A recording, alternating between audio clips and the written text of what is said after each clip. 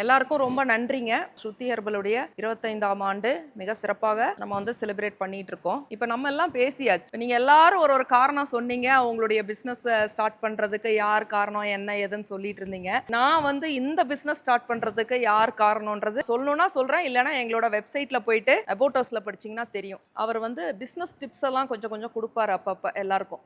So நான் சொல்லுவேன், எனக்கு கொடுக்குற பிஸ்னஸ் டிப்ஸை வரவங்களுக்கும் கொடு அப்படின்னு சொல்லுவேன். ஸோ ஒரு பிஸ்னஸ் டிப்ஸோட அவர் இருக்காரு. கேட்போம் என்னதான் சொல்றாருன்னு. Good evening, everyone.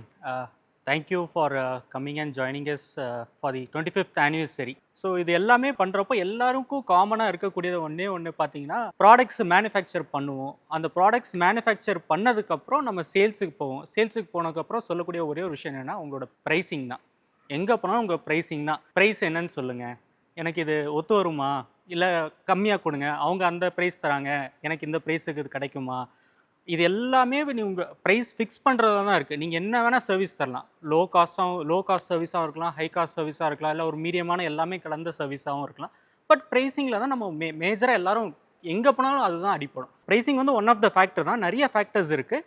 அதில் ப்ரைஸிங் நீங்கள் கரெக்டாக ஃபிக்ஸ் பண்ணுறதை வச்சுட்டு 10 to 20% வந்து உங்களுக்கு இன்க்ரீஸ் ஆகும். அந்த 15 ஃபேக்டர்ஸ் என்னென்னா, ஃபஸ்ட் என்னென்னா காஸ்ட் ப்ளஸ் ப்ரைஸிங்பாங்க. நார்மலாக ஒரு ப்ராடக்ட் எனி சர்வீஸ் செக்டராக இருக்கட்டும், இல்லைனா உங்களோட மேனுஃபேக்சரிங் செக்டர் எனி ப்ராடக்ட் வந்து நீங்கள் மேனுஃபேக்சர் பண்ணலாம். அது பண்ணுறப்போ அது மேனுஃபேக்சரிங் காஸ்ட் என்ன, ப்ளஸ் அதுக்கு உண்டான லேபர் காஸ்ட் என்ன, ப்ளஸ் ஓவர் ஹெட்ஸ், இந்த பேங்க் இன்ட்ரெஸ்ட்டு, ரெண்ட்டு, இதெல்லாம் போட்டு ஒரு ப்ரைஸ் ஃபிக்ஸ் பண்ணுவீங்க. இது வந்து காமனாக எல்லோரும் பண்ணக்கூடிய ஒரு ப்ரைஸிங். இந்த ப்ரைஸிங்கை வச்சு நீங்கள் வந்து ப்ரைஸை ஃபிக்ஸ் பண்ணலாம். இது வந்து காஸ்ட் ப்ளஸ் ப்ரைஸிங்கும்பாங்க. ஸோ இதை பேஸ் பண்ணி ப்ரைஸ் ஃபிக்ஸ் பண்ணுங்கள். இதை பேஸ் பண்ணி ப்ரைஸ், அதாவது இந்த நான் சொன்ன இந்த ஃபேக்டர்ஸ் வந்து நீங்கள் கேல்குலேட் பண்ணி தான் வைக்கணும். சும்மா அப்ராக்சிமேட்டாக வைக்கக்கூடாது. ஒரிஜினலி உங்களோட மேனுஃபேக்சர் காஸ்ட், ஒரிஜினலி உங்களோட ஓவர் ஹெட்ஸ் என்ன, ஒரிஜினலி ப்ளஸ் உங்களோட ஒர்க்கிங் காஸ்ட் என்ன, ஒரு லேபருக்கு தரக்கூடியதோ எலக்ட்ரிசிட்டி சார்ஜஸோ, இது எல்லாமே நீங்கள் பின் பாயிண்ட்டாக நீங்கள் வந்து கேல்குலேட் பண்ணி தான் இதை நீங்கள் ஃபிக்ஸ் பண்ணணும். இதுதான் காஸ்ட் ப்ளஸ் ப்ரைஸிங் வாங்க. நெக்ஸ்ட் வந்து காம்படிட்டிவ் ப்ரைஸிங். நீங்கள் பண்ணுற ப்ராடக்ட்டு இன்னொரு காம்படிட்டரும் பண்ணிகிட்டு இருப்பாங்க, சேம் ப்ராடக்ட் டிட்டோவாக இருக்கும். அப்போ வந்து நம்ம வந்து மார்ஜினோ எதுவுமே கேல்குலேட்டே பண்ணவே கூடாது. அப்போ வந்து நம்ம என்ன காம்படிட்டிவ் ப்ரைஸ், ஏன்னா நம்மளும் அதே ப்ராடக்ட் தான் பண்ணுறோம், காம்படிஷன் வேர்ல்டில் இருக்கும். ஸோ அந்த காம்படிட்டிவ் ப்ரைஸுக்கு ஈக்குவலாக கொஞ்சம் கம்மி பண்ணி, சப்போஸ் அவங்க 100 rupees தராங்கன்னா நம்ம 99 rupees, 150 rupeesனா 149 rupees, அது வந்து காம்படிட்டிவ் ப்ரைஸிங் சொல்லுவாங்க. ஸோ இந்த காம்படிட்டிவ் ப்ரைஸ் வச்சு நம்ம ப்ரைஸ் ஃபிக்ஸ் பண்ணிக்கலாம். அடுத்த ஃபேக்டர் பார்த்தீங்கன்னா வேல்யூ பேஸ்ட் ப்ரைஸிங்கும்பாங்க. அதாவது சேம் ப்ராடக்டாக கூட இருக்கலாம், பட் உங்கள் ப்ராடக்ட்டுக்குன்னு ஒரு தனிப்பட்ட ஒரு வேல்யூ இருக்கும். ஏதாவது ஒரு சின்ன வித்தியாசமாக நீங்கள் காட்டுவீங்க. அந்த சின்ன வித்தியாசத்தை வச்சு நீங்கள் ப்ரைஸை கூட்டி கூட நீங்கள் வச்சுக்கலாம். சப்போஸ் காம்படிட்டர் வந்து சேம் எக்ஸாக்ட் 150 வைக்கிறாங்க, நீங்கள் வந்து 160 கூட சார்ஜ் பண்ணலாம், இல்லை 170 கூட நீங்கள் சார்ஜ் பண்ணிக்கலாம். இப்படி சார்ஜ் பண்ணுறப்போ அந்த வேல்யூ வந்து நீங்கள் எடுத்து சொல்லணும் மார்க்கெட்டிங்கில்.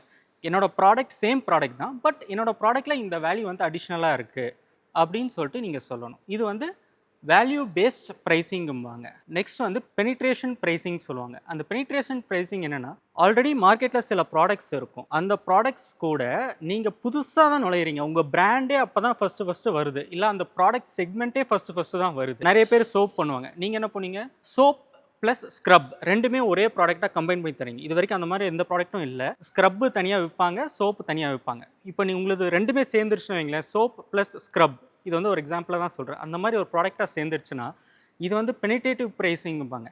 இது வந்து நீங்கள் பெனிட்ரேட் பண்ணுறதுக்காக ஒரு ப்ரைஸிங் ஃபிக்ஸ் பண்ணுவீங்க. இது வந்து நீங்கள் எதை கம்பேர் பண்ணால் ஸ்க்ரப்பையும் கம்பேர் பண்ணணும், சோப்பையும் கம்பேர் பண்ணணும். ரெண்டு ப்ராடக்ட்டையும் கம்பேர் பண்ணி தான் இந்த பெனிட்ரேஷன் ப்ரைஸிங்கிறத நீங்கள் வந்து ஃபிக்ஸ் பண்ணி சாம் ப்ரைஸிங்பாங்க. இது வந்து எல்லாருமே நம்ம கேள்விப்பட்டிருப்போம், இந்த சாம் ப்ரைஸிங் வந்து இந்த பேட்டா ப்ரைஸிங்பாங்க. எல்லாமே 99 முடியும். அது வந்து அவங்களுக்கு சீப்பரான சைக்காலஜிக்கல் ஃபேக்டர் தரும். என்னன்னா, இப்போ 100 rupeesங்கிறப்ப 100 rupees அப்படிம்பாங்க. அந்த 1 rupee குறைக்கிறனால ஓகே சீப்பாக இருக்குது, 99 தானே, பட் அந்த 1 rupee கம்மியாக கொடுக்கறனால உங்களுக்கு லாபமும் அடைய போகிறதில்ல, அவங்களும் பெருசாக மார்ஜினும் அடைய போகிறதில்ல. இது வந்து சாம் ப்ரைஸிங். இந்த சாம் ப்ரைஸிங் எல்லாமே 99 தான் முடியும். சப்போஸ் 100 இல்லாமல் 50 rupees வைங்களேன், 49.99 எல்லாமே 9 தான் உங்களுக்கு முடியும். இது வந்து சாம் ப்ரைஸிங் அப்படிம்பாங்க. இது முடித்ததுக்கப்புறம் நெக்ஸ்ட் வந்து பார்த்திங்கன்னா ப்ரைஸ் ஸ்கிம்மிங்னு ஒன்று இருக்கும். அந்த ப்ரைஸ் ஸ்கிம்மிங் வந்து பார்த்திங்கன்னா, அதாவது இனிஷியலாக வந்து சேம் ப்ராடக்ட்டுக்கு உங்களுக்கு வந்து ஹையர் ப்ரைஸுக்கு விற்பாங்க. சப்போஸ் எக்ஸாம்பிள் பார்த்திங்கன்னா ஐஃபோன் பார்த்திங்கன்னா எடுத்தோடனே ஹையர் ப்ரைஸ் விற்பாங்க. ஒரு 6 months கழிச்சு பார்த்தீங்கன்னா ஒரு 5000 ருபீஸ் வந்து கம்மி பண்ணுவாங்க. திருப்பி 1 year கழிச்சு பார்க்குறீங்கன்னா இன்னொரு 5000 கம்மி பண்ணுவாங்க. இது வந்து ப்ரைஸ் ஸ்கிம்மிங்பாங்க. ஸோ இனிஷியலாக லான்ச் பண்ணுறப்ப இது வந்து எல்லா கஸ்டமருக்கும் போய் ரீச் ஆகாது. இந்த ப்ரைஸ் ஸ்கிம்மிங்கிறது பார்த்தீங்கன்னா இனிஷியலாக வந்து ஹை வேல்யூ கஸ்டமர்ஸுக்கு மட்டும் தான் நம்ம தர முடியும். இனிஷியலாக அந்த டார்கெட்டட் ஆடியன்ஸ்ன்னு சொல்லுவாங்களா, உங்கள் ப்ராடக்ட் வந்து எல்லா ஆடியன்ஸுக்கும் போகாது, டார்கெட்டட் ஆடியன்ஸ். இந்த ஆடியன்ஸ் தான் இப்போ ரீச் ஹைலைட்டான கஸ்டமர்ஸு, ரொம்ப எலைட்டான கஸ்டமர்ஸ் இருக்கும். ஸோ அவங்களுக்கு வந்து ஹை ப்ரைஸ் ஃபஸ்ட்டு கொடுத்துருவோம். அதுக்கப்புறமா நம்ம ப்ரைஸை குறைச்சி நார்மல் பீப்புளுக்கும் அது கிடைக்கிற மாதிரி பண்ணிடுவோம். இது வந்து ப்ரைஸ் ஸ்கிம்மிங்பாங்க. நெக்ஸ்ட் வந்து எம்எஸ்ஆர்பி. எம்ஆர்பி கேள்விப்பட்டிருப்போம், மேக்ஸிமம் ரீட்டைல் ப்ரைஸ். இது வந்து எம்எஸ்ஆர்பி, மேக்ஸிமம் சஜஸ்டட் ரீட்டைல் ப்ரைஸ், இல்லைனா மேனுஃபேக்சரர் சஜஸ்டட் ரீட்டைல் ப்ரைஸ். இந்த ப்ரைஸை வந்து மேனுஃபேக்சரரே உங்களுக்கு கொடுத்துருவாங்க. அதாவது நீங்கள் ரீட்டெயிலுக்கு வந்து நார்மலாக பார்த்தீங்கன்னா போகும்போது ஒரு 10%ஓ 20%ஓ உங்களுக்கு மார்ஜின் ரீட்டெயிலுக்கு இருக்கும். பட் மேனுஃபேக்சருக்கு நடுவில் ட்ரேடர்ஸ்க்கு அது சில மார்ஜின்ஸ் மாறும். பட் ரீட்டெயிலுக்கு கான்ஸ்டண்ட்டாக 15 to 20% வந்து இருக்கும். பட் மேனுஃபேக்சரரே ரீட்டெயில் கிட்ட சொல்லிடுவாங்க, இதுதான் இதோட ப்ரைஸிங், இது வந்து இதுக்கு மேலே நீங்கள் விற்கவும் கூடாது, குறைக்கவும் கூடாதுன்றவாங்க. எக்ஸாக்டாக அதே ப்ரைஸ் தான் விற்பான். ஏன் அந்த ப்ரைஸிங் வந்து ஃபிக்ஸ் பண்ணுறாங்கன்னா, அந்த ஒரே ஒரு ப்ராடக்ட் மட்டும்தான் இருக்கும், வேறு எந்த ப்ராடக்ட்டும் இருக்காது. நோ காம்படிட்டிவ் ப்ராடக்ட், பெனிட்ரேஷன் பண்ணணும்னு அவசியம் இல்லை, ப்ரைஸும் ஸ்கிம் பண்ண மாட்டாங்க.